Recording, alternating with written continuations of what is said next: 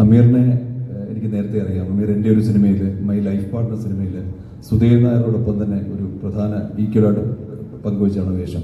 അപ്പോൾ ആ വർഷത്തെ ബെസ്റ്റ് ആക്ടർ സുധീവായിരുന്നു. പക്ഷേ ആ വർഷം അമീർ ഒപ്പം ഉണ്ടാവുമെന്ന് പറഞ്ഞതാണ്, പക്ഷേ അത് എവിടെയോ മിസ്സായിപ്പോയി. തേറ്റ ഈ സംവിധാനം ചെയ്യാൻ തുടങ്ങിയതിന് ശേഷം അഭിനയം വേണ്ടെന്ന് ഞാൻ വെച്ചിരുന്നു. പക്ഷേ ഈ തേറ്റ എന്നോട് അമീറാണ് പറഞ്ഞ് ഇങ്ങനൊരു സിനിമയുണ്ട്, അതിനകത്തൊരു കഥാപാത്രമുണ്ട്, ചെയ്യണമെന്ന് പറഞ്ഞത്. അപ്പോൾ എല്ലാവരുടെയും മനസ്സിൽ അവനവൻ്റെ സിനിമകളും അവനവൻ്റെ കഥാപാത്രങ്ങളൊക്കെ എപ്പോഴും മിഴിവിട്ടതാകണം അല്ലെങ്കിൽ മനോഹരമാണെന്നൊക്കെ ചിന്തിക്കാറുണ്ട്. പക്ഷേ ഈ സിനിമയുടെ കഥ കേട്ടപ്പോൾ എന്നെ വല്ലാതെ അട്രാക്ട് ചെയ്ത്, ഇത് എനിക്കൊന്നും ഞാൻ വെറുതെ പറയുന്നതല്ല, ഇതിൻ്റെ സബ്ജക്റ്റ് വൈസ് ഇതൊരു വല്ലാത്തൊരു ഔട്ട്സ്റ്റാൻഡിങ് സബ്ജക്റ്റ് ആയിരുന്നു.